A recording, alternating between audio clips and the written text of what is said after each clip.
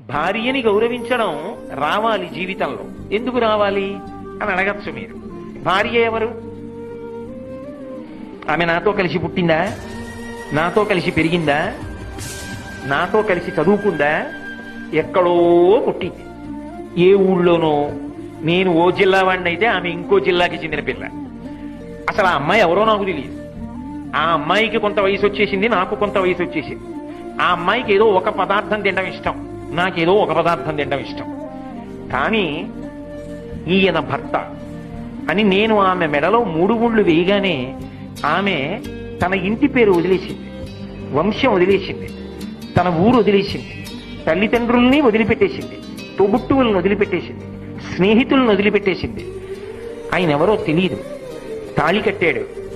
ఆయన తోడిదే జీవితమని చిటికిన వేలు పట్టుకుని ఊరు కాని ఊరు వచ్చింది. ఆ అమ్మాయిని సుఖపెట్టడమే నీకు చేత కాకపోతే, ఆ అమ్మాయి కిలకిలా నవ్వేటట్టుగా పలకరించడమే నీకు చేత కాకపోతే, ఇక నువ్వు ఎవరిని సుఖపెట్టగలవు జీవితంలో? ఇంతకన్నా త్యాగం చేసి నీతో వచ్చేవాళ్ళు ఎవరైనా ఉంటారా? Download ShareChat.